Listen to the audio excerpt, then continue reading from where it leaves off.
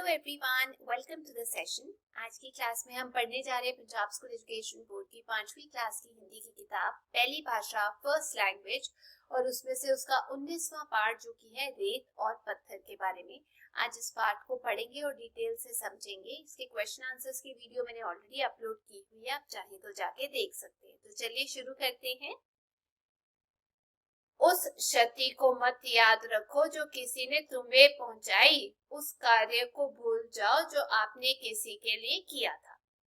दो दोस्त समुद्र के किनारे पर टहल रहे थे, घूम रहे थे। टहलते टहलते किसी बात पर दोनों में बहस शुरू हो गई और नौबत यहाँ तक पहुंच गई कि एक ने दूसरे के गाल पर कस कर चांटा मार दिया। नौबत का मतलब ये जो स्थिति है वो इतनी बिगड़ गई कि एक ने दूसरे को थप्पड़ मार दिया।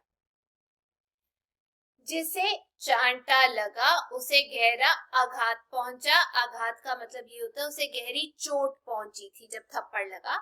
पर मुंह से एक भी शब्द निकाले बिना उसने समुद्र के किनारे पर पड़े रेत पर लिख दिया, आज मेरे सबसे प्यारे दोस्त ने मुझे चांटा मारा।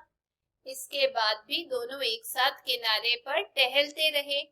कुछ समय बाद समुद्र में भाटे के कारण जल स्तर कम होने लगा। अब यहाँ पर जो कठिन शब्द है भाटा, क्या होता है? जो समुद्र के पानी से उतार आता है ना, वो उसे हम भाटा बोलते हैं, जिसकी वजह से जो जल का स्तर है वो कम होने लग गया, नीचे जाने लग गया। उसके बाद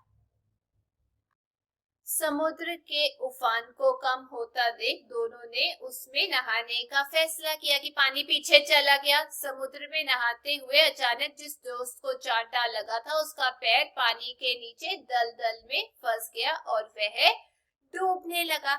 अब दलदल क्या होता है? जो चिकनी सी मिट्टी होती है, कीचड़ से भरी हुई जो जगह होती है जहां से निकलना बहुत ज्यादा मुश्किल हो जाता है, उसे दलदल बोलते हैं।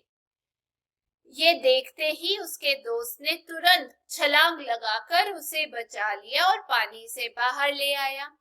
हल्की बेहोशी के बाद जब उसे होश आया तो उसने स्वयं को दोस्त की बाहों में पाया।